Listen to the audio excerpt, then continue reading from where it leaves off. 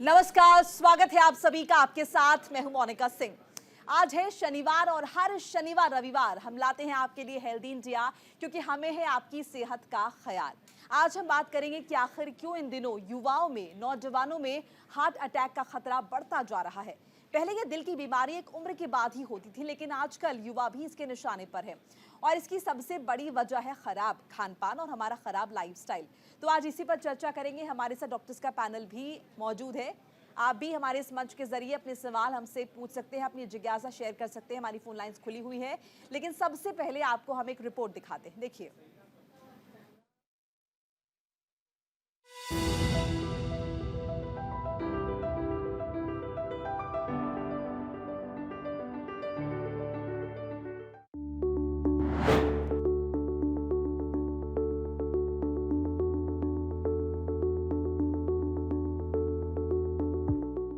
पिछले कुछ सालों से युवाओं में हार्ट अटैक के मामले बढ़ते ही जा रहे हैं। पहले ये माना जाता था कि हार्ट अटैक केवल बुजुर्गों को होता है, लेकिन अब ये युवा पीढ़ी को भी प्रभावित कर रहा है। कई युवाओं की हंसते खेलते या कोई फिजिकल एक्टिविटी करते समय ही दिल का दौरा पड़ने से मौत तक हो जाती है। ऐसे में ये जानना बेहद जरूरी है कि युवाओं में हार्ट अटैक का जोखिम क्यों बढ़ता जा रहा है।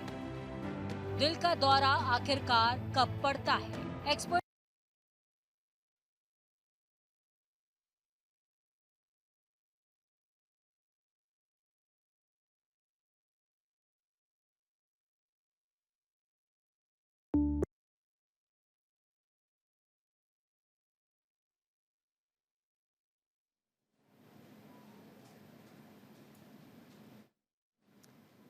तो तमाम मेहमान हमारे साथ जुड़े हुए हैं, हमारे डॉक्टर्स हमारे साथ है, एक्सपर्ट पैनल है। तो आप भी अपने सवाल हमसे पूछ सकते हैं। कोई क्यूरोसिटी अगर आपकी है दिल की बीमारी से जुड़ी हुई, अगर आप भी जानना चाहते हैं किसी भी सवाल का जवाब, तो इस मंच के जरिए आप कर सकते हैं अपने सवाल। हमारी फोन लाइंस खुली हुई हैं। मैं तारुफ करा देती हूँ, डॉक्टर अनुराग भार्गव हमारे साथ जुड़े हैं, जो कि सीएमओ है नोएडा में। डॉक्टर सिद्धार्थ सम्राट है, सीनियर कार्डियोलॉजिस्ट हैं। डॉक्टर अमित वाधवा हमारे साथ जुड़े हैं, जो कि कंसल्टेंट है, कार्डियोलॉजिस्ट हैं। इसके अलावा डॉक्टर योगेश शर्मा हैं, जो कि कार्डियोलॉजिस्ट। डॉक्टर उमेश गुप्ता भी हमारे साथ जुड़े हुए हैं। आप सभी का बहुत बहुत स्वागत है न्यूज़ इंडिया में। डॉक्टर सम्राट, सबसे पहले मैं आपसे जानना चाहूँगी, क्या लगता है आपको, क्या बड़ी वजह, क्यों आखिर अब कम उम्र में भी लोग इसके शिकार हो रहे हैं? तो मैं बताना चाहूँगा, पहले हमारे कंट्री में हार्ट अटैक का जो होते थे मामले मोस्टली 50 साल के बाद होते थे, और वेस्टर्न कंट्री में ये जो हार्ट अटैक के मामले होते हैं मोस्टली 60 साल के बाद होते हैं। बट पिछले 4-5 सालों में ऐसा देखा जा रहा है कि हार्ट अटैक के मामले जो हैं 40 साल से कम उम्र में, इवन 20s के एज में भी देखा जा रहा है। तो इसकी सबसे प्रमुख वजह जो मैं बताना चाहूँगा, आज के समय में युवाओं में स्ट्रेस लेवल का इंक्रीज होना है। जो मोस्ट कॉमन फैक्टर मेरे समझ से है वो स्ट्रेस लेवल है। सेकेंडरी, इसके अलावा सेकेंड थिंग जो है, आजकल लोग जिम जा रहे हैं, अनसुपरवाइज जिम कर रहे हैं और सप्लीमेंट ले रहे हैं। लाइक कुछ तो लोग हैं जो प्रोटीन ले रहे हैं पाउडर, जिसका कुछ पता नहीं कि उसमें क्या मिला हुआ है। कुछ लोग जो है कि इंजेक्टेबल एस्टेरॉयड ले रहे हैं। कुछ लोग ग्रोथ हार्मोन इंजेक्टेबल ले रहे हैं, जो कि खून को थक्का बढ़ाने की संभावना बढ़ा देती है। तो ये दो मुख्य वजह है। इसके अलावा भी और भी वजह है जो हम लोग फर्दर डिस्कस करेंगे। बिल्कुल। डॉक्टर अमित, आप इस पर क्या डिटेल शेयर करना चाहेंगे? जैसे कि डॉक्टर साहब ने बिल्कुल सही कहा कि अभी हमारी जो हार्ट अटैक की एज है वो धीरे धीरे कम होती जा रही है। अभी हम 20 साल से ही देखना शुरू कर देते हैं कि हार्ट अटैक की संख्या लोगों में बढ़ती जा रही है। उसका एक प्रमुख कारण जैसे कि स्ट्रेस बताया है। दूसरा, स्मोकिंग एक बहुत बड़ा फैक्टर है। जो लोग जॉब में हैं उनके लिए स्ट्रेस, लैक ऑफ स्लीप एक बहुत बड़ा फैक्टर है। तो ये सब कंबाइन करके आप ब्लड प्रेशर को पैदा करती हैं। इन्हीं से डायबिटीज़ यंगस्टर्स में देखा गया है। तो ये सारे फैक्टर्स जो है ये मल्टीप्लाई होके एक यंग युवाओं के अंदर हार्ट अटैक का एक कारण बनते जा रहे हैं। डॉक्टर अनुराग, हम जिन लक्षणों का जिक्र करते हैं, आपके मुताबिक क्या क्या लक्षण हैं? हालांकि ग्राफिक्स में हम लगातार दिखा भी रहे हैं, लेकिन अगर आप लक्षण बताएंगे तो किस तरह से पहचाने हार्ट अटैक के लक्षण वक्त रहते? हार्ट अटैक के लक्षण एक साथ भी हो सकते हैं और पहले इनिशियली कुछ कुछ हो सकते हैं। जैसे चेस्ट पेन हो सकता है। चेस्ट पेन में भारीपन होता है और वो थोड़ी देर बाद अगर ख़त्म हो जाता है तो, और उसके बाद रिकरेंस होती है उसकी, तो इससे काफ़ी सीरियसली लेना चाहिए। इसके साथ साथ अगर हमको हाथ में पेन आ रहा है या सिर दर्द भी हो रहा है, ये सब भी चीज़ें हो सकती हैं हार्ट से संबंधित जब हम एक्सरसाइज करें या ज़्यादा मूवमेंट करते हैं या ज़्यादा खाना खा लेते हैं तो उसके बाद भी ये सब संभावना हो सकती है। और कई बार क्या होता है, डायरेक्ट हार्ट अटैक हो जाता है, उसमें आदमी को पसीना आने लगता है, बहुत ज़्यादा चेस्ट पेन हो जाता है, चल फिरने में बहुत ज़्यादा दिक्कत हो जाती है। तो इस तरह की जब चीज़ें हो जाती हैं तो तुरंत डॉक्टर को कॉल कर लेना चाहिए, हॉस्पिटल को कॉल करना चाहिए। डॉक्टर सिद्धार्थ, अगर हम सीने में दर्द की बात करते हैं तो ये जो सिम्टम है ये नॉर्मली गैस के सिम्टम से भी काफ़ी कुछ मिलता हुआ है, एसिडिटी, तो इससे किस तरह से डिफरेंशिएट करेंगे? बहरहाल एक कॉलर हमारे से जुड़े, पहले उनसे बात कर लेते हैं। दिलीप है हमारे साथ। दिलीप जी, स्वागत है आपका, अपना सवाल आप पूछ सकते हैं। मेरे को अभी क्या ईजीसी मैंने करवाया, मेरी एज 67 है। अभी ईजीसी कराया, इको कराया, उसमें कुछ नहीं आया, लेकिन पीएमटी में माइनर सा बोले कुछ आपको है प्रॉब्लम। तो डॉक्टर सलाह दी कि एसटी टेस्ट करा लो या एंजियोग्राफी पहले करा लो। तो क्या करना चाहिए? कोई एसटी टेस्ट कराना चाहिए कि एंजियोग्राफी डायरेक्ट करा ले? क्या करना चाहिए? डॉक्टर सिद्धार्थ, मैं बताना चाहूँगा, अगर आपकी एज 67 ईयर एज है और ईसीजी और इको नॉर्मल आ रही है बट टीएमटी में प्रॉब्लम्स आ रही है, अगर आपको कोई रिस्क फैक्टर है, लाइक आपको ओबेसिटी है, आपको डायबिटीज़ है, हाइपरटेंशन है या फिर आपको स्मोकिंग की हिस्ट्री है, तो मैं सलाह दूंगा कि बेस्ट होगा एंजियोग्राफी से ही रूल आउट आप कर पाएंगे कि आपको हार्ट में प्रॉब्लम है या नहीं है। बिकॉज अदर टेस्ट में स्टिल आप भी कन्फ्यूजन में रहेंगे कि मेरे को प्रॉब्लम जो हो रही है बिकॉज ऑफ हार्ट डिजीज हो रही है या समथिंग एल्स। तो best test to rule out heart disease is angiography after ECG, echo and TMT. So I would suggest that go for angiography. Thank you sir, thank you. हमारे साथ एक और collar जुड़े हैं, मोहन जी जुड़े हैं। स्वागत है आपका, अपना सवाल आप पूछ सकते हैं सर। हाँ, हेलो जी, सवाल पूछिए अपना। हाँ, मेरा सवाल ये है कि मैंने अपना 2012 में बाईपास सर्जरी करवाई हुई है महाराजा अग्रसेन हॉस्पिटल, आवाज और मेरे को डायबिटीज भी रहती है, और मेरे बाजू, राइट बाजू में जो है दर्द होता है, कभी लेफ्ट में हो जाता है। तो मैं पैरासीटामोल ले लेता हूँ, उसके बाद थोड़े घंटे 2 घंटे बाद आराम आ जाता है। और मुझे क्या करना चाहिए कि ताकि मैं इसके यानी कि इलाज प्रॉपर कर सकूं? डॉक्टर अमित और वाधवा। स्टार्टिंग में थोड़ा हेलो, क्लियर नहीं था वॉइस। हाँ, और डायबिटीज भी मुझे है जी आज भी। मैंने सुबह नापी थी, दोपहर बाद 181 थी। अच्छा, जी जी डॉक्टर। सो अगर आपका पहले बाईपास हुआ है और अभी आपको हाथों में दर्द है, और अगर आपको चलने से दर्द बढ़ता है या हाथों में पेन आता है या आपको थकावट जल्दी महसूस होने लगती है, तो ये चांसेस हो सकते हैं कि आपके दोबारा ब्लॉकेजेस डेवलप होने के पूरे चांसेस हैं। तो उसके लिए या तो हम एक स्ट्रेस टेस्ट कर सकते हैं, जैसे कि जिसमें हम टीएमटी के ऊपर चला के आपका टेस्ट करते हैं देखने के लिए कि कोई आपको चेंजेस तो नहीं आ रहे हैं ईसीजी में और इको के अंदर। या दूसरा एक तरीका होता है कि एक सीटी स्कैन वाली एंजियोग्राफी होती है, वो करके देख सकते हैं कि आपके जो ग्राफ्ट है जो बाईपास में लगे थे वो वर्क कर रहे हैं या नहीं कर रहे हैं ठीक से। चलिए सर उम्मीद करते ऐसा है, हैं जी। वॉक भी मेरी पूरी हो रही है 3 kilometre early in the morning. Hello, जी जी जी, सुन रहे हैं आपको। हाँ, वो कह रहे हैं और वॉक अपनी पूरी टीएमटी कर भी पा रहे मैंने हैं। तो पिछले सबसे 6 महीने में टीएमटी भी करवाई थी और नॉर्मल रिपोर्ट है। तो अगर आपने स्ट्रेस इको करवाया है वो नॉर्मल रिपोर्ट है, तो फिर मुझे नहीं लगता है कि जो आपका दर्द है ये आपका हार्ट के कारण हो सकता है। आप अपने हार्ट की मेडिसिन कंटिन्यू करिए। ठीक है, वो चालू है। हाँ जी, ठीक है, ठीक है डॉक्टर साहब। जी चलिए, उम्मीद करते हैं कि आपको आपके सवाल का जवाब मिल गया होगा। डॉक्टर हमारे साथ और भी मेहमान जुड़े हुए हैं। डॉक्टर योगेश का मैं रुख करना चाहूँगी। डॉक्टर योगेश शर्मा, हम सिम्टम्स की बात करें तो ये सिम्टम्स कुछ दिन पहले से आने लगते हैं, और अगर कुछ दिन पहले से आने लगते हैं तो कितना ये पीरियड रहता है, या फिर एकाएक जिस दिन कभी अगर ऐसा है किसी को हार्ट अटैक हो रहा है तो ये उसी दिन कुछ मिनट पहले का ये पूरा प्रोसेस है? डॉक्टर योगेश। देखिए, इस तरह के ये जो सिम्टम आते हैं वो दोनों तरह से आ सकते हैं। हम ये कई बार कुछ दिन रुक के भी आते हैं। उस कंडीशन में पेशेंट का जो ब्लॉक होता है वो काफी पहले का बना होता है, और उसके बाद जब एकदम से अटैक पड़ता है तो आदमी को एकदम से जो होता है, जब पूरी जो नस होती है बंद हो जाती है, तो फिर उसके बाद एकदम से बहुत तेज पेन होने लगता है। जो मैनेजेबल पेन था वो बहुत अनमैनेजेबल हो जाता है। तो इस तरह से सिम्टम जो दोनों तरफ से आ सकते हैं, लेकिन हमें किसी भी सिम्टम को नजरअंदाज नहीं करना है, क्योंकि जो पहले का सिम्टम था जब पेशेंट को मैनेज हो रहा था, अगर पेशेंट उस टाइम पे हमारे पास आ जाता है तो पेशेंट को कॉम्प्लिकेशन होने के चांस कम होते हैं और हम उसको बेहतर तरीके से इलाज कर पाते हैं। डॉक्टर उमेश, लेकिन कई दफ़ा ऐसा होता है कि ये जिस तरह के सिम्टम्स का जिक्र हो रहा है ये बहुत कॉमन है। जैसे कि हमने सीने में दर्द की बात की है, तो सीने में दर्द नॉर्मली ऐसा भी होता है जब कभी किसी को गैस होती है। अगर हाथ में पेन की बात है तो कई बार होता है आपने बहुत ज़्यादा वजन उठा लिया है, तो हम डिफ्रेंशिएट कैसे करेंगे? हाँ, तो डिफरेंशिएट फिर करने का तरीका कोई रहता है भी कि चेस्ट पेन कई बार जो दर्द होता है वो छाती में दर्द से भी एसोसिएटेड होता है। कुछ दर्द हैं जो कि हमारे चलने पे या काम करने पे बढ़ रहे हैं कि नहीं बढ़ रहे हैं, या फिर कोई अगर हम जैसे लेट रहे हैं, अगर वो दर्द जो है लेटने पे ऊपर नीचे हो रहा है तो वो मतलब हार्ट का दर्द नहीं है। अगर वो एक्सरसाइज के साथ करने से बढ़ रहा है मतलब वो हार्ट का दर्द है। तो इस तरह से ये सारी चीजें क्लिनिकली हम लोग पता करके बता सकते हैं कि जो है हार्ट का ये दर्द है या फिर किसी मांसपेशी की वजह से जो है दर्द हो रहा है पेशेंट। जी जी, एक कॉलर हमारे साथ जुड़े मुंबई से। स्वागत है आपका, सवाल पूछिए अपना। हेलो जी, अपना सवाल पूछिए सर।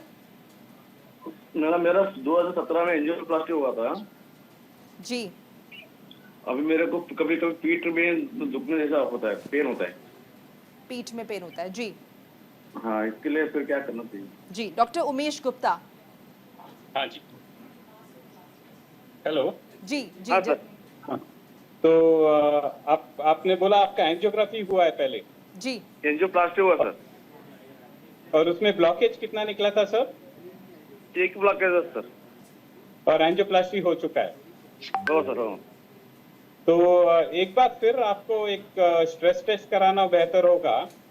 ट्रेडमिल टेस्ट करा लीजिए, और अगर हाँ, सर। ट्रेडमिल नॉर्मल निकलता है और बाकी आप फिजियोथेरेपी से कोशिश कर सकते हैं। उसके बावजूद अगर हेलो, हाँ सर, हाँ सर, बोलिए सर। हाँ, उसके बावजूद अगर आपका ये He's coming on live. He's coming live on TV. Hello, 24. जी, डॉक्टर हेलो। उमेश गुप्ता अपनी बात पूरी कीजिए आप। जी हाँ जी, हाँ जी।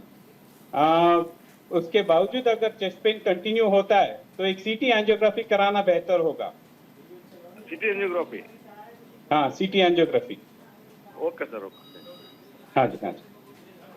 चलिए, हम उम्मीद करते हैं कि आपको आपके सवाल का जवाब मिल गया होगा। डॉक्टर अनुराग का मैं रुक करना चाहूँगी। डॉक्टर अनुराग, कुछ खाने पीने की भी ऐसी चीज़ें हैं जो जिम्मेदार हैं इस तरह की स्थितियों के लिए, और अगर हाँ तो कौन सी?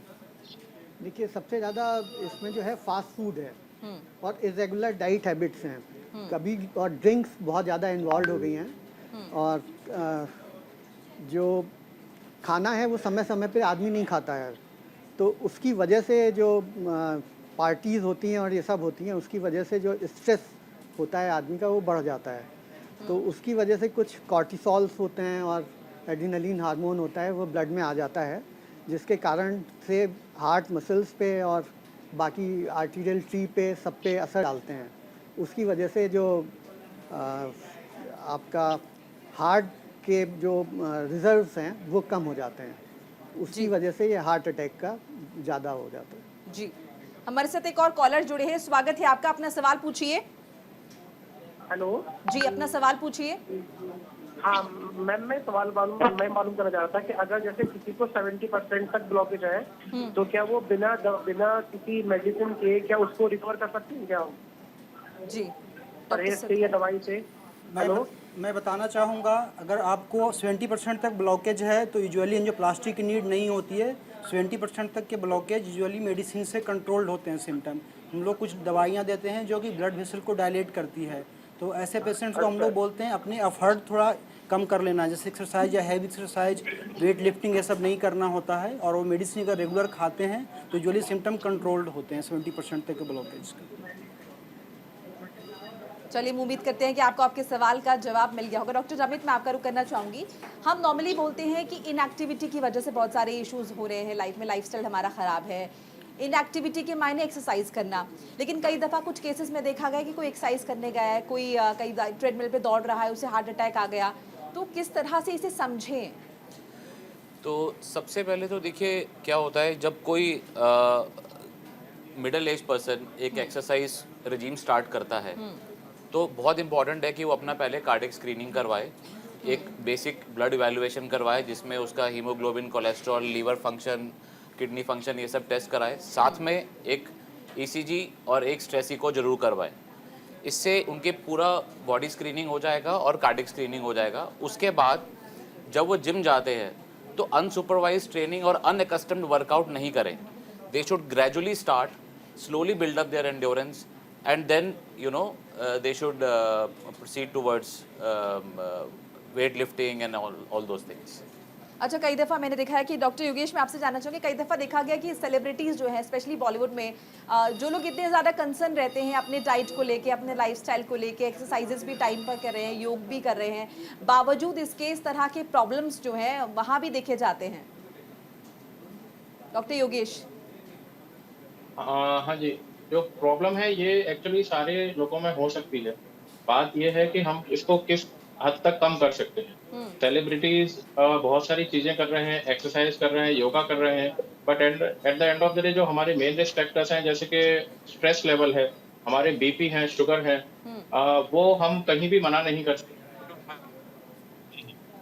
तो हमको उन सब चीजों को भी बदलना है, जो स्ट्रेस लेवल है उनका। उसके बाद ये सारी चीजें हमारी जो है एक मिनिमम लेवल तक आ सकती है। डॉक्टर उमेश गुप्ता, इस पर आप क्या कहेंगे? एक्सरसाइजेस क्या हमें सोच समझ कर करनी चाहिए, या फिर यूँ कहेंगे कि जिम जाना शायद उतना फायदेमंद नहीं है, योग करना ज़्यादा बेटर है? इसे किस तरह से देखें? नहीं, एक्सरसाइज तो जरूरी है। तो बेसिकली क्या होता है कि जो सेलिब्रिटीज होते हैं, और आपने सुना होगा कि यंग एज में उनको हार्ट अटैक हो चुका है, तो ये बेसिकली उनका स्ट्रेस लेवल इतना ज़्यादा रहता है, नींद भी पूरी नहीं होती है। तो एक्सरसाइज के साथ अपनी नींद भी पूरी होनी चाहिए। हम जनरली रेकमेंड करते हैं एटलीस्ट 7 से 8 घंटे की नींद पूरी होनी चाहिए, और डाइट कंट्रोल और एक्सरसाइज। और कभी कभार सेलिब्रिटीज अपना बॉडी बनाने के लिए आर्टिफिशियल प्रोटीन का इस्तेमाल करने लगते हैं। तो ऐसे प्रोटीन सप्लीमेंट्स का भी सोच समझ के इस्तेमाल करना पड़ता है।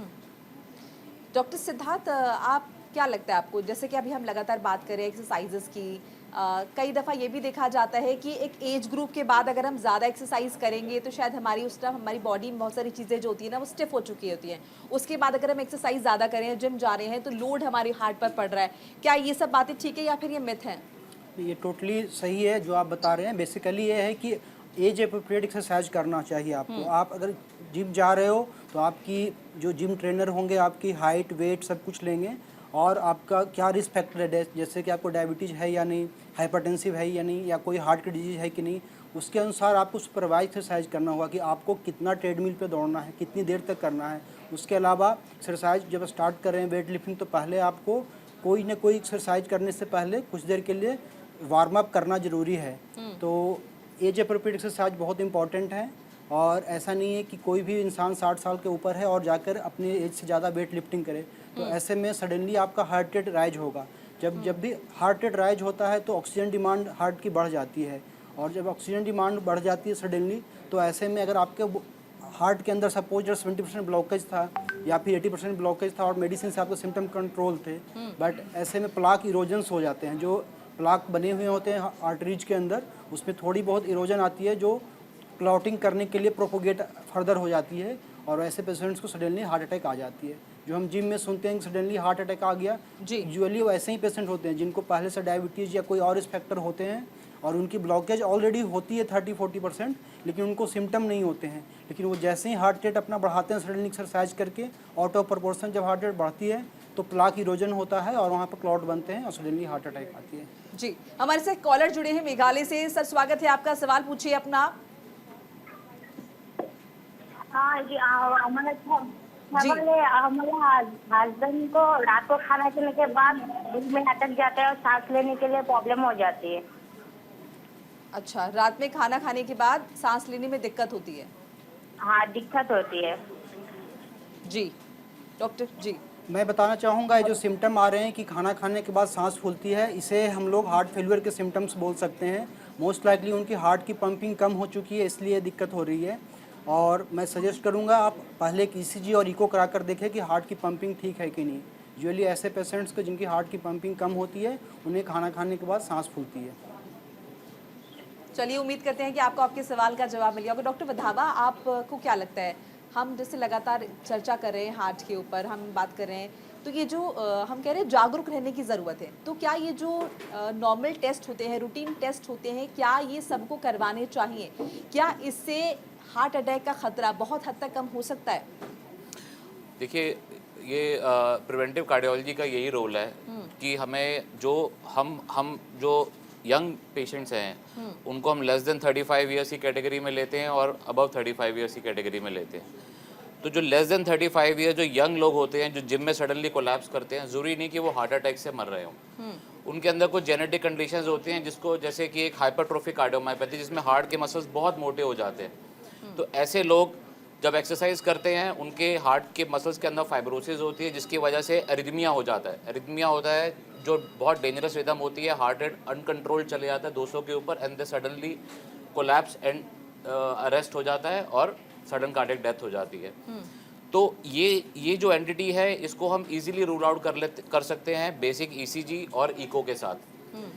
जो पेशेंट एल्डरली होते हैं, जो 35 बियॉन्ड होते हैं, जिनमें हाई ब्लड प्रेशर का रिस्क फैक्टर होता है, डायबिटीज़ का रिस्क फैक्टर होता है, या जिनके घर में प्री मैच्योर हार्ट डिजीज़ की हिस्ट्री होती है, किसी यंग को हार्ट अटैक अर्ली एज में हो गया, तो ऐसे लोगों को प्रिवेंशन करने की बहुत ज़रूरत है। उनको अपने रेगुलरली एनुअल टेस्ट ज़रूर कराने चाहिए, बेसिक ब्लड टेस्ट जैसे कि मैंने बताया, और आपका एक स्ट्रेस इको बहुत सिंपल सा टेस्ट होता है।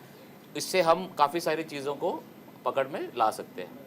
डॉक्टर रंधावा, भी आपने जिक्र किया बहुत इंटरेस्टिंग बात का कि अगर यंग एज में हेरिडिटरी, मतलब यंग एज में अगर फैमिली में किसी को हार्ट अटैक हुआ हो, यानी दो अलग अलग कैटेगरी में हम इसे रखें, यंग एज में हार्ट अटैक हुआ है या फिर अगर किसी को अबव 60 हार्ट अटैक हुआ है, तो ये दोनों कैटेगरी अलग अलग हो जाती हैं। बिल्कुल बिल्कुल। तो ये बहुत इंपॉर्टेंट है कि यंग हार्ट अटैक जो है ये एक बहुत मेजर रिस्क फैक्टर है। खासकर हमारे साउथ एशियन पॉपुलेशन में देखा गया कि जो हार्ट अटैक्स हमारी पॉपुलेशन में है वो बहुत ज़्यादा है as compare to western population. तो ये बहुत इंपॉर्टेंट है कि हमें ये सब हिस्ट्री लेना ज़रूरी है जब हम पेशेंट को एग्जामिन करते हैं और उनको आगे के टेस्ट एडवाइस करते हैं। डॉक्टर उमेश, अभी हम वेस्टर्न कल्चर से अपना कंपैरिजन कर रहे हैं, बट वेस्टर्न कल्चर में तो फास्ट फूड का बहुत ज़्यादा चलन है, या फिर अगर हम कहें लिकर का बहुत ज़्यादा चलन है, फिर भी वहाँ पर ये हार्ट कार्डियक अरेस्ट का या फिर हार्ट अटैक का जो रेट है वो काफ़ी कम है। वो बेसिकली अभी अपना इंडियन पॉपुलेशन में डायबिटीज काफी ज्यादा है वेस्टर्न कल्चर से मुकाबले।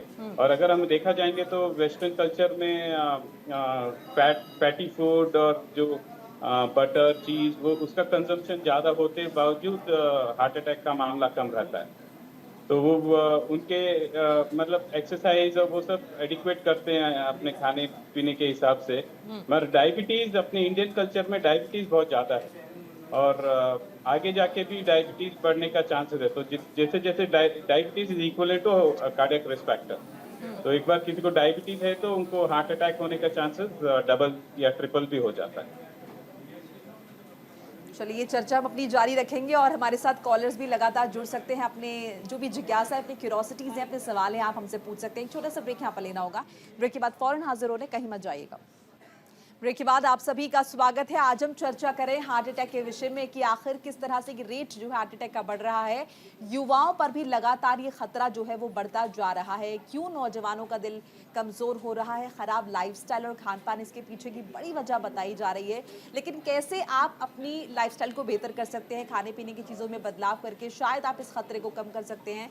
तमाम डॉक्टर्स हमारे साथ मौजूद है। डॉक्टर वाधवा, ब्रेक पर जाने से पहले शायद आप कुछ कहना चाह रहे थे। हाँ, मैं यही बताना चाह रहा था कि एक्सरसाइज से हमें डरना नहीं है। एक्सरसाइज हमारे लिए बहुत ज़रूरी है, हमारी कार्डियोवैस्कुलर हेल्थ के लिए बहुत ज़रूरी है। मैं इसमें आपको अपना ही एग्जांपल देता हूँ। मैं इससे 6-7 साल पहले ऑलमोस्ट मेरा वेट 98 kg था और मेरे को बीपी रहता था, मैं 3 मेडिसिन ले रहा था, प्री डायबिटिक था। मैंने एक्सरसाइज स्टार्ट किया धीरे धीरे, मैंने जिम शुरू किया, मैंने अपना 25 किलो वज़न कम किया। 10 किलो वज़न कम करते ही मेरी 2 मेडिसिन बंद हो गई थी। मेरे जो LDL लेवल 160-70 रहते थे, it came down to less than 100, 70-80 आगे विदाउट एनी मेडिसिन। अब इस टाइम पे मैं कोई भी मेडिसिन नहीं ले रहा हूँ। मैं हफ्ते में 3 दिन जाता हूँ, 12-15 किलोमीटर भाग के आता हूँ। ये एक्सरसाइज और ये एक्टिव लाइफस्टाइल जो है, ये आपको कोई मेडिसिन इसको रिप्लेस नहीं कर सकती है। इतना पावर है हमारे को एक एक्टिव लाइफस्टाइल अडॉप्ट करने में। तो डॉक्टर, चूंकि आपने खुद आप अपनी केस स्टडी बता रहे हैं, तो मैं ये भी जानने बहुत इंटरेस्टेड हूँ कि कौन कौन सी एक्सरसाइजेज आप सजेस्ट करना चाहेंगे, लाइक हाउ डू स्टार्ट। सो जो बिल्कुल एक्सरसाइज नहीं करते हैं जैसे मैंने पहले बताया कि पहले आप अपना एक कार्डियक स्क्रीनिंग करवाइए। जैसे मैंने भी स्टार्ट करने से पहले अपना स्क्रीनिंग करवाया था पूरा। एक तो उससे आपका बेसलाइन पता चल जाता है कि आप कहाँ पे स्टैंड करते हैं। फिर आप ब्रिस्क वॉकिंग से स्टार्ट करिए। सबसे सिंपल बेसिक एक्सरसाइज है कि हमें जो रिकमेंडेड है वो है 150 minutes of moderate intensity exercise या 75 minutes of vigorous intensity exercise. ये आपको over the period of 1 week करनी है। तो अप्रॉक्सीमेटली 30 मिनट्स आपको अपने ऊपर देने हैं। मॉडरेट इंटेंसिटी में आ जाती है जैसे कि ब्रिस्क वॉकिंग। तो आप ब्रिस्क वॉकिंग से शुरू करो। पहले आप 10 मिनट करो, फिर आप 20 मिनट करो, धीरे धीरे उसको 30 मिनट्स तक ले आओ। विगरस इंटेंसिटी में आती है जिसमें हम जॉगिंग बोलते हैं उसको, ठीक है। तो आप पहले आप वॉकिंग से स्टार्ट करो। जब आपका एक रिदम बन जाए उसके बाद आप 2 मिनट रन करिए, फिर वॉक करिए, रन करिए, वॉक करिए। कार्डियो के साथ साथ आपको कुछ बॉडी वेट एक्सरसाइज होती हैं जो आपकी स्ट्रेंथ के लिए ज़रूरी होती हैं, आप उनको स्टार्ट करिए। सिंपल बॉडी वेट एक्सरसाइजेज होती हैं जैसे पुशअप्स हो गए, हमारी स्ट्रेंथ के लिए स्क्वाट्स हो गए। ये सब एक तो हमारे मसल्स को स्ट्रॉन्ग रखती हैं, हमारे जॉइंट्स को मजबूत रखती हैं। ओल्ड एज में स्पेशली फीमेल्स के अंदर जिनके अंदर बोन डेंसिटी कम हो जाती है, आफ्टर मेनोपॉज उनका रिस्क भी जो होता है हार्ट अटैक की तरफ बढ़ जाता है। प्री मेनोपॉजल उनको कुछ प्रोटेक्शन रहती है हार्ट अटैक की, लेकिन उसके बाद उनका रिस्क सेम हो जाता है।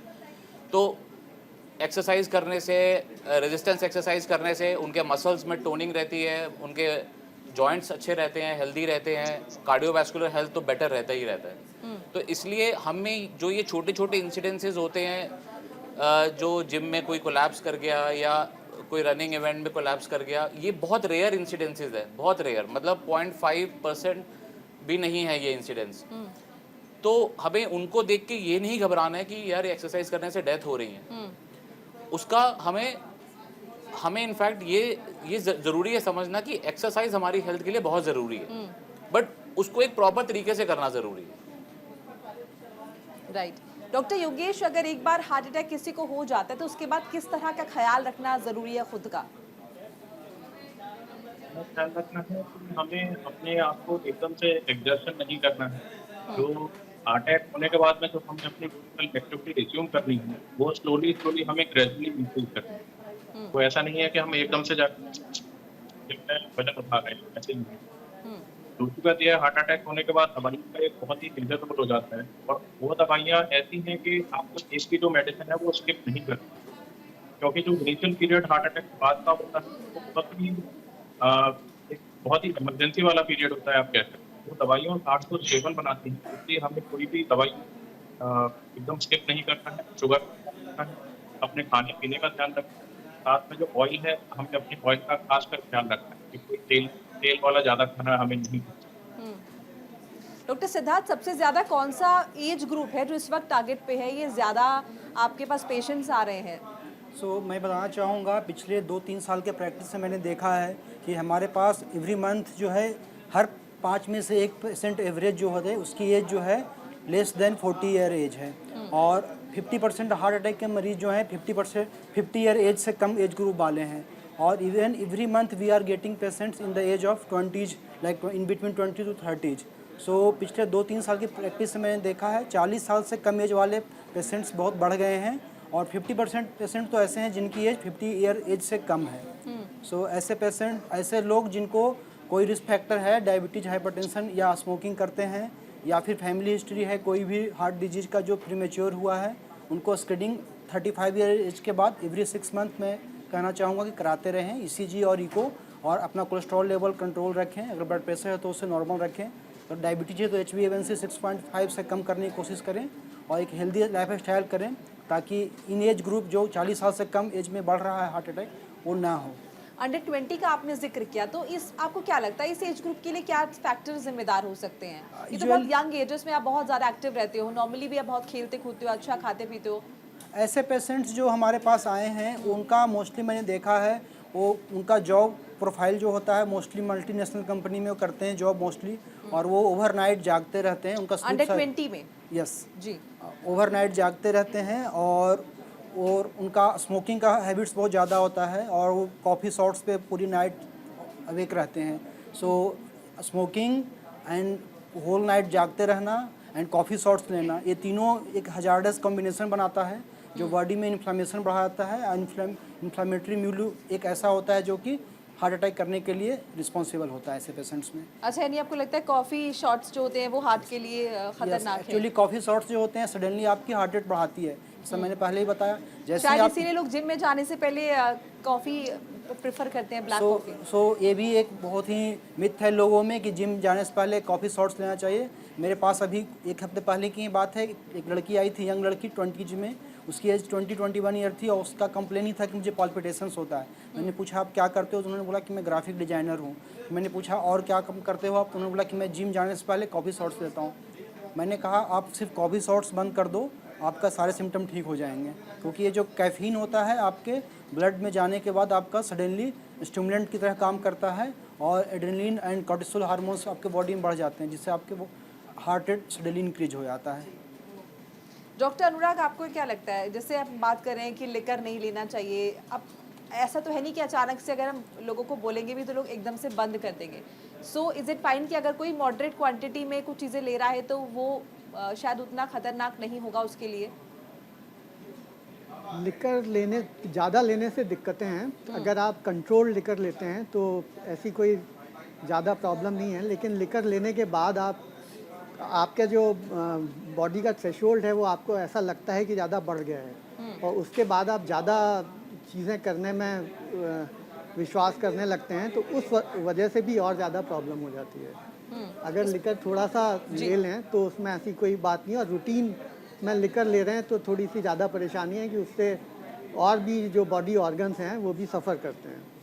डॉक्टर अमित, लिकर के साथ एक प्रॉब्लम और है, जब आप लिकर लेते हैं, सपोज आप पब में जा रहे हैं या बार में जाके, आजकल तो बहुत कल्चर है जो लोग कंपनीज में काम कर रहे हैं, everyday they are doing their pubbing around. So binge drinking जो है वो बहुत हार्मफुल है, और फिर व्हेन यू बिंज ड्रिंक आप उसके साथ बहुत सारा चीज़ फूड जो खाते हैं, जो चाइनीज़ है, या आप उसके साथ चिप्स है या पीनट्स है, मसाला पीनट्स है, ये सब चीज़ें जो खाते हैं, it contains lot of salt.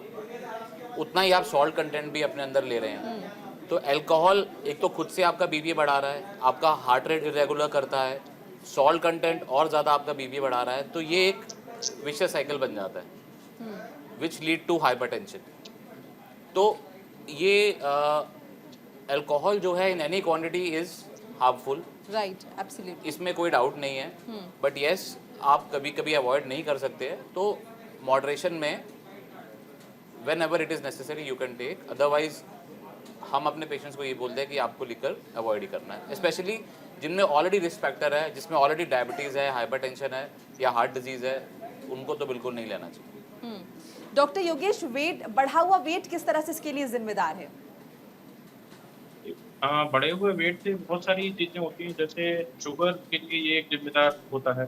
दूसरी बात ये है कि आप कंट्रोल बढ़ जाता है तो शुगर को आपको कंट्रोल करना एक बहुत बड़ी प्रॉब्लम हो जाती है अगर आपका वेट बढ़ा हुआ है। साथ में जब आपका वेट बढ़ता है तो आपके हार्ट को ज़्यादा एनर्जी चाहिए होती है, आपकी बॉडी को ज़्यादा ब्लड चाहिए कि वो पूरे बॉडी को सप्लाई करे। हार्ट ओपनिंग के हिसाब से प्रेशर डालना शुरू करता है और ओबेसिटी की वजह से कंडीशन होती है डायबिटिक डिस्फंक्शन, वो भी काफ़ी ज़्यादा होता है। साथ में ओबेसिटी की वजह से जो फैक्टर होते हैं, मतलब जो कि फ्री ऑक्सीजन रेडिकल्स होते हैं, जो वो भी काफ़ी सारे बनते हैं और उससे हमारे जो हार्ट की जो आर्टरीज होती है उनमें फैट बनने का चांसेस भी ज़्यादा होने लगता है। और ओबेसिटी एज सच उसकी वजह से जो फैट बनता है, एलडीएल लेवल भी हमारा काफ़ी ज़्यादा होने लगता है। तो ये सारे रिस्क फैक्टर्स ओबेसिटी की वजह से हमारे पास। डॉक्टर सिद्धार्थ, क्या क्या लाइफस्टाइल चेंजेस आपके अकॉर्डिंग करने चाहिए जो इन समस्याओं से हम बच सकते हैं? सबसे पहले तो मैं बताना चाहूँगा कि अगर आपकी एज 35 ईयर एज हो चुकी है तो आपको सतर्क हो जाना चाहिए कि आपको हार्ट डिजीज़ हो सकता है, क्योंकि ऐसा हमारा इन्वायरमेंट है जिसमें आप कुछ चीज़ों से आप प्रिवेंट नहीं कर सकते हैं, जैसे कि एयर पॉल्यूशन है, उससे आप प्रिवेंट ही नहीं कर सकते हैं। तो सबसे पहले तो है, अगर आपका वेट अगर ज़्यादा है, एज अप्रोप्रिएट वेट नहीं है, तो आपको वेट कम करना है। एज अप्रोप्रिएट वेट क्या होता है, अगर आपकी हाइट 150 सेंटीमीटर है तो आपकी उसमें 100 माइनस कर लीजिए, आपका अप्रोप्रिएट वेट 50 kg है। अगर आपकी हाइट 160 सेंटीमीटर है तो आपकी वेट 60 kg होनी चाहिए, 100 माइनस करना है उसमें। इसके अलावा आपका BMI जो है 18 to 22 के बीच रखना है। 18 to 22, 22.5 से ज़्यादा अगर आपकी हो रही है, इस रेंज में नहीं है BMI, सपोज आपकी 25 या उससे ज़्यादा जा रही है, तो मतलब आप ओबेसिटी में आ चुके हो और आपको हार्ट डिजीज़ की रिस्क फैक्टर बढ़ रहा है। इसके अलावा अगर आपका डायबिटीज़ है तो आपका HbA1c 6.5 से कम रखना है। कोलेस्ट्रॉल अगर आपका लेवल बढ़ा हुआ है, LDL कोलेस्ट्रॉल जो है कोशिश करनी है कि 100 से कम हो, ट्राइग्लिसराइड लेवल 150 से कम हो। इसके अलावा और अगर कोई रिस्क फैक्टर है, जैसे कि आप स्मोकिंग करते हो, आपकी सोने की लाइफ स्टाइल सही नहीं है, आप लेट नाइट तक जागते रहते हो, तो उसे सही करना है। एक्सरसाइज 30 मिनट पर डे, जैसे डॉक्टर साहब ने बताया, एवरी डे आपको करना है। एटलीस्ट 5 डे तो वीक में करना ही चाहिए मॉडरेट इंटेंसिटी एक्सरसाइज। तो ये सब चेंजेज अगर आप ला सकते हो। इसके अलावा आप कोशिश करो कि अवॉइड करो आउटसाइड फूड, जिसमें कि जो भी ऑयल यूज हो रहे हैं बहुत ही हार्मफुल ऑयल हैं। अगर आप फूड का देखो कि किस चीज़ से वो बनता है, तो इंडिया वर्ल्ड में लार्जेस्ट इंपोर्टर है पाम ऑयल का, जो कि बहुत ही हजार्डस है हमारे हेल्थ के लिए। तो मैं चाहूँगा कि आप लोग कोशिश करो कि आउटसाइड का फूड ना खाएं, कोशिश करें अपने घर का यूज करें मस्टर्ड ऑयल, जो कि इंडियंस में देखा गया है, बचपन से ही सब लोग खाते आ रहे हैं और इंडिया में वाइडली अवेलेबल है। तो मैं सजेस्ट करूँगा कि आप कोशिश करो बाहर की चीज़ें ना खाएँ। तो इन सब चीज़ें, छोटी छोटी चीज़ें, चेंजेस ला करके आप अपना लाइफ स्टाइल अच्छा कर सकते हो और हार्ट डिजीज से प्रिवेंट हो सकते हो। डॉक्टर अमित, हेरिडेटरी कितने % चांसेस होते हैं? फॉर एग्जांपल किसी की फैमिली में किसी को हार्ट अटैक हुआ है, फादर को हुआ है या मदर को हुआ है, तो कितने % चांसेस हैं कि आपको भी होगा? या फिर मे बी अगर आप अपना लाइफस्टाइल थोड़ा कंट्रोल रखें तो क्या वो चांसेस जो हैं वो कम हो सकते हैं? या फिर हेरिडेटरी चूँकि ऐसा है तो वो ज़्यादा डोमिनेट करेगा इस फैक्टर को? देखिए, कई केसेस में तो हमने देखा है कि फादर को है और उनके दोनों बच्चों को प्रीमेच्योर CAD हो गया, कोरोनरी आर्टरी डिजीज़ हो गया। तो ये एक फिक्स परसेंटेज बताना बहुत मुश्किल है, बट येस 50-60% चांसेस है कि उनको they can get a early premature disease. So they should be very particular about their lifestyle when they know at the back of the mind that they have a strong family history. तो उनको अपना lifestyle पहले से ही अच्छा रखना है। और जो जैसे बताया कि स्लीप बहुत इंपॉर्टेंट फैक्टर है, स्ट्रेस बहुत इंपॉर्टेंट फैक्टर है, स्मोकिंग अल्कोहल तो है ही है, एक्सरसाइज, सेडेंटरी लाइफस्टाइल, मोटापा नहीं करना है, वेट को कंट्रोल में रखना है। और इम्पॉर्टेंट है डाइट। एक डैश डाइट होती है जो होती है dietary approach to stop hypertension, जिसके अंदर रिफाइंड शुगर्स अवॉइड करने होते हैं, आपका फाइबर्स आपको लेने होते हैं, सॉल्ट इंटेक आपको कम रखना होता है। 2 ग्राम से 1500 से 2 ग्राम के बीच में आपको सोडियम रखना है, जो दैट रफली कम्स अराउंड से 5 ग्राम्स ऑफ सॉल्ट इंटेक। फिर आपको फुल क्रीम वाली चीज़ें नहीं खानी है। अगर आपको मिल्क डेयरी प्रोडक्ट ले रहे हैं तो वो डबल टोन वाला होना चाहिए। चिकन खा सकते हैं लेकिन रेड मीट अवॉइड करना है आपको, ठीक है। रिफाइंड शुगर एक हमारी डाइट में जो है वो एक पॉइजन की तरह है। We should try and avoid refined sugar. हम कॉम्प्लेक्स कार्ब खा सकते हैं in the form of fruits खाइए, वेजिटेबल्स खाइए, दालें खाइए। ये इम्पॉर्टेंट हमारे कंपोनेंट होने चाहिए डाइट के। चिकन खा सकते हैं हम लोग, बॉयल्ड एग्स ले सकते हैं, फ़िश ले सकते हैं। और जो ऑयल है हमें सैचुरेटेड ऑयल अवॉइड करना है। हमें पॉलीअनसैचुरेटेड और मोनोअनसैचुरेटेड ऑयल जो है वो उस तरफ जाना है। डॉक्टर योगेश, किस एज के बाद हमें ज़्यादा पर्टिकुलर होना चाहिए अपने लाइफस्टाइल को लेकर? लाइफस्टाइल को लेकर 40 ईयर्स के बाद में आपको थोड़ा सा ध्यान रखना है। यूजुअली तो पहले जो एज होती थी लाइफस्टाइल के बाद 45 ईयर्स बोलते थे, बट कंसीडरिंग कि आजकल बहुत सारे यंग अटैक देखने को मिल रहे हैं, I think even 40 would be a good stage to start. या इंडियन पॉपुलेशन में 35 एज का भी आप कर सकते हैं, क्योंकि हमेशा याद रखना है हमें कि prevention is always better than cure. और जो हार्ट डिजीजेस को रोकना है वो मेन जो काम है वो लाइफस्टाइल का ही है। The medicine can never replace lifestyle prevention के हमारे जो मेजर होते हैं, जैसे योगा हो गया, एक्सरसाइज हो गया, हमारा हमारे जो डाइट हो गए, बैड हैबिट्स है, स्मोकिंग नहीं करना है, ड्रिंक नहीं करना है, ये सारी। तो 35 to 40 ईयर्स आइडियल एक एज ग्रुप है जब से लोगों को बहुत ज़्यादा ख्याल रखना है इंडियन इलाज। डॉक्टर उमेश गुप्ता, कई बार हम कहते हैं कि एक साइलेंट अरेस्ट हुआ है, कार्डिक अरेस्ट हुआ है, आपको पता ही नहीं चला और एक झटके में आपकी डेथ हो गई है, तो उस केस को किस तरह से समझे नॉर्मल हार्ट अटैक के केसेस से? तो कार्डियक अरेस्ट एक तरह से हार्ट अटैक का मामला ही होता है। कभी कभार एरिथमियाज होता है, मतलब सडन कार्डियक डेथ, जो धड़कन एकदम 200 से ऊपर अगर हार्ट बीट चला जाता है, वेंट्रिकुलर टैकीकार्डिया, या एल्डरली जो उम्र वाले हैं उनका पल्स बहुत स्लो हो जाता है, ड्रॉप होके 30 से कम हो जाता है तो वो मतलब चक्कर खा के गिर जाते हैं, लो बीपी होके फिर कार्डियक अरेस्ट हो जाता है। तो या तो हार्ट अटैक की वजह से कार्डियक अरेस्ट हो सकता है, नहीं तो एरिथमियास की वजह से कार्डियक अरेस्ट हो सकता है। अगर हार्ट अटैक का है तो एज अ प्रिकॉशन इमीडिएटली मतलब अगर डिस्प्रिन या एस्प्रिन अगर घर पे है तो you can just give it to him. और if it is related to arrhythmias then कोई अगर जानकार है जो पल्स फील कर सकता है, उसका पल्स और हार्ट बीट फील करके अगर बहुत तेज जा रहा है तो it is more of a cardiac arrest related to arrhythmia. तो घर पे है तो first aid you can just give a thump on the chest, मतलब छाती पे एक मुक्का मार के थोड़ा हार्ट को वो करके रिदम वापस लाने में कोशिश कर सकते हैं। और जनरली जैसे सब बात कर रहे थे डाइट और एक्सरसाइज की, मैं ये भी इंसिस्ट करता हूँ कि साल में एक बार हेल्थ चेकअप कराना बहुत जरूरी है। उसमें सब कुछ होता है, मतलब कोलेस्ट्रॉल लिपिड प्रोफाइल कैसा है, डायबिटीज है कि नहीं, हार्ट कंडीशन, ईसीजी, एको, स्ट्रेस टेस्ट, ट्रेडमिल टेस्ट, ये सब है तो रूटीन साल में एक बार कराना जरूरी है, क्योंकि कब शुगर और बीपी बढ़ जाता है पता नहीं चलता है।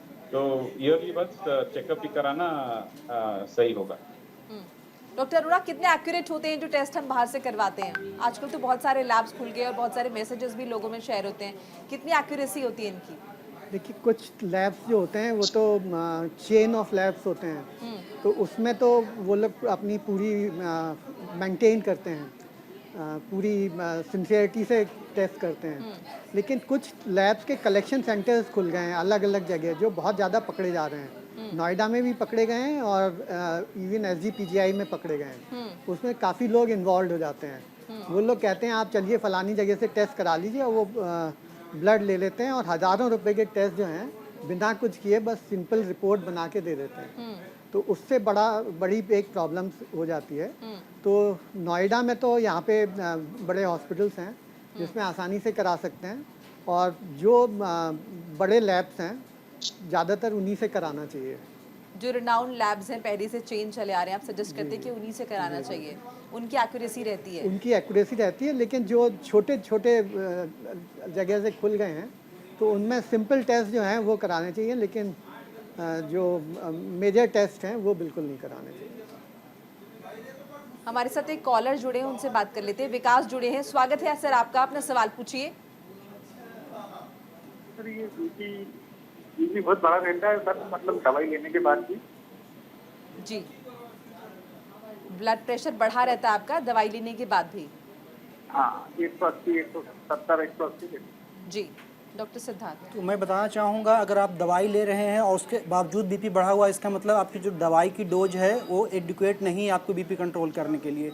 अगर आपका कोई रिस्क फैक्टर नहीं है, जैसे कि डायबिटीज और हाइपरटेंशन नहीं है, थायराइड की दिक्कत नहीं है, या किडनी की कोई प्रॉब्लम नहीं है, और ब्लड प्रेशर कंट्रोल नहीं हो रहा है, तो मैं सजेस्ट करूँगा कि आपको अपने कार्डियोलॉजिस्ट या फिजिशियन से मिलकर दवाई का डोज बढ़ाना होगा। दूसरी चीज़ है, आपको साथ में साल्ट इंटेक कम करना होगा। थर्ड चीज़ है, आपको एक्सरसाइज रेगुलरली 30 मिनट एरोबिक करना होगा, क्योंकि ये सब चीज़ों से ही ब्लड प्रेशर कंट्रोल होता है। जैसे डॉक्टर साहब ने बताया कि वेट लॉस करने से उनकी ब्लड प्रेशर की दवाइयाँ कम हो गई, तो आपको भी यही है कि अभी जो है दवाई एडुकेट डोज में नहीं है, उसकी डोज अभी बढ़ानी पड़ेगी, साथ साथ लाइफ स्टाइल चेंजेस करने होंगे ताकि ब्लड प्रेशर कंट्रोल हो सके। अभी का जो गाइडलाइन है उसके अनुसार आपकी ब्लड प्रेशर 130/80 से कम होनी चाहिए, जबकि आप बता रहे हो 170 तक जा रही है सिस्टोलिक बीपी, जो कि बहुत ज़्यादा है। तो मैं सजेस्ट करूँगा कि आप अपनी दवाई पहले भी बढ़ाएं, साथ में लाइफ स्टाइल चेंजेस करें। डॉक्टर अमित, क्या जितने भी लोग जिनका ब्लड प्रेशर हाई रहता है सभी रिस्क पे रहते हैं? बिल्कुल बिल्कुल, जिनका भी बीपी हाई रहता है, हाई बीपी जो है एक तरह का साइलेंट किलर है। कई बार पेशेंट्स को सिम्टम्स कोई महसूस नहीं होते हाई बीपी से, लेकिन अंदर ही अंदर वो आपकी आइज़ ख़राब कर देते हैं, आपके हार्ट पे इफेक्ट डालते हैं, आपकी किडनीज डैमेज कर देते हैं, आपका ब्रेन स्ट्रोक कर सकते हैं, ब्रेन हैमरेज हो सकता है, जो कि लाइफ थ्रेटनिंग है। तो इसीलिए बहुत ज़रूरी है कि आप टाइम पे टाइम अपने वाइटल्स को चेक करते रहिए। सिंपल सा होता है, एक ब्लड प्रेशर मशीन आप घर पे रख सकते हैं, वीक में 1-2 बार आप अपना बीपी ज़रूर चेक करिए, देखने के लिए कि आपका बीपी हाई तो नहीं है। तो ये बीच में जो चेकअप्स होते हैं वो बहुत ज़रूरी होते हैं चीज़ों को डायग्नोज करने के लिए। बहुत सारे पेशेंट्स में अनडायग्नोज डायबिटीज़ और हाइपरटेंशन रहता है, और फिर सडनली उनको कार्डियक इवेंट हो जाता है, और फिर वो कहते हैं भाई मैं तो कोई दवाई नहीं खा रहा था, मुझे तो कोई शुगर भी नहीं थी, बट वो अनडिटेक्टेड होती क्योंकि कभी उन्होंने चेक ही नहीं करवाया होता। Right. तो बहुत इंपॉर्टेंट है कि हम साल में एक बार तो हमारा ब्लड प्रोफाइल और कार्डियक स्क्रीनिंग जरूर करवाना जरूर चाहिए। होनी चाहिए। एक कॉलर हमारे साथ जुड़े हैं, राजेश जुड़े हैं। राजेश जी स्वागत है आपका, अपना सवाल पूछिए। या मैडम अपना मेरा नाम राजेश मित्तल है। मेरे को क्या छोटी आंत का कैंसर था जी और वो 2019 में 2 बार ऑपरेट हो चुका है। जी सर मेरे को क्या है 500 से 600 शुगर चल रहा है रेगुलर। सर आप टीवी सेट का पहले वॉल्यूम बंद कीजिए क्योंकि हम सुन नहीं पा रहे हैं आप क्या कह रहे हैं। ये मेरे को क्या 500 से 600 शुगर रेगुलर चल रही है। छोटी आंत का कैंसर था, ऑपरेट हो चुका है 2019 में। सर कैंसर के विषय में तो हम चर्चा वैसे नहीं करें, अगर आप कुछ सजेस्ट कर सके डॉक्टर इनको। बेसिकली आप बता रहे हैं कि आपको छोटी आंत की कैंसर थी और अभी आपको शुगर बढ़ी हुई आ रही है, तो हो सकता है आपको 500 से 600 शुगर है रेगुलर। 500 से 600 शुगर रेगुलर है, इसका मतलब आपकी बहुत ज़्यादा शुगर है। हो सकता है आपको पेनक्रियाज डैमेज हो चुका है छोटी आंत के कैंसर के कारण। नहीं, वो पैनक्रिया मेरी डैमेज हो चुकी है, उसको निकलवा दिया है। हाँ, तो ऐसे में इंसुलिन की रिक्वायरमेंट होती है सर। आपको बेस्ट होगा इंसुलिन पे आपको शिफ्ट होना होगा, क्योंकि आपकी जो शुगर बढ़ी हुई है उसके लिए टैबलेट्स फॉर्म वाली दवाइयाँ आप पे काम नहीं करेगी सर। तो आप किसी अच्छे एंडोक्राइनोलॉजिस्ट से मिलिए और अपना इंसुलिन स्टार्ट करिए सर। इससे क्या करें? इंसुलिन की जरूरत पड़ेगी सर, इंजेक्शन इंसुलिन। नहीं, इंसुलिन डेली मेरी 40 से 50 यूनिट तो चली रही है। तो स्टिल अगर कंट्रोल नहीं है तो सर आपको डोज इंक्रीज करनी होगी सर। और इंसुलिन के डिफरेंट फॉर्म आते हैं, लॉन्ग एक्टिंग इंसुलिन होते हैं, वो स्टार्ट करने होंगे सर। तो उसके लिए डॉक्टर से ही मिलूं? यस, एंडोक्राइनोलॉजिस्ट से आप मिलिए सर। कोकिला बहन में चालू है मेरा इलाज। तो वहाँ पे ही सर आप एंडोक्राइनोलॉजिस्ट से फिर से सर रिव्यू करिए।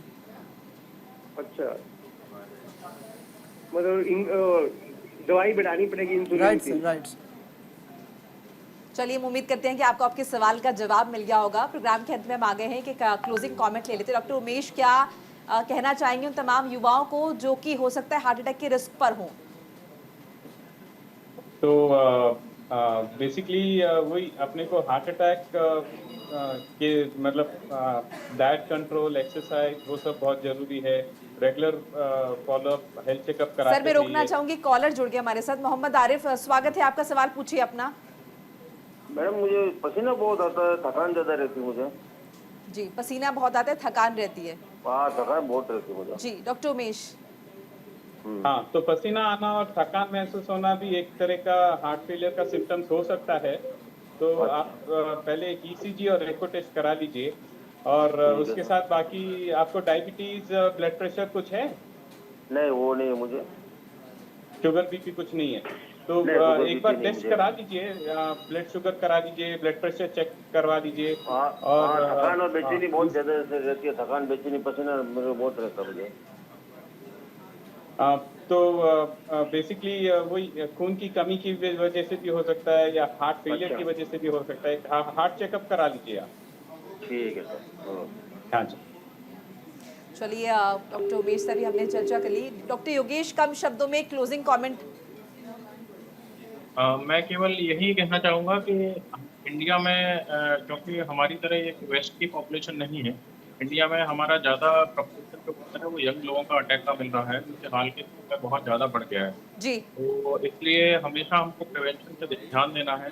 आप फैशन डिजाइनर या सेलिब्रिटीज को देखिए, इन्फ्लुएंस और गंदी आदतों की तरफ नहीं होना है, राधा अच्छी आदतों की तरफ होना है। अगर वो जिम जा रहे हैं आपको वो चीज़ लेनी है, योगा कर रहे हैं वो चीज़ लेनी है, जबकि बुरी आदतें हमें नहीं करनी है। सर एक कॉलर भी जुड़े हैं हमारे साथ, माफ करिएगा मैं रोकना चाहूंगी आपको। चंडीगढ़ से हमारे साथ एक कॉलर जुड़े हैं, स्वागत है आपका, सवाल पूछिए अपना। ये मेरे को हमेशा जब से ये थोड़े से हमेशा सर में दर्द रहता है, मेरा बहुत अक्सर सर में फ्रिक्वेंट दर्द है। सर में दर्द रहता है? हमेशा सर में दर्द रहता है फ्रिक्वेंटली, कभी लेफ्ट में कभी राइट में। डॉक्टर तो आपने ब्लड प्रेशर चेक कराया था sir? Sorry, blood pressure, BP check कराया आपने? हाँ, बीपी चेक कराया था, 180, 30, 80। ओके, 130/80।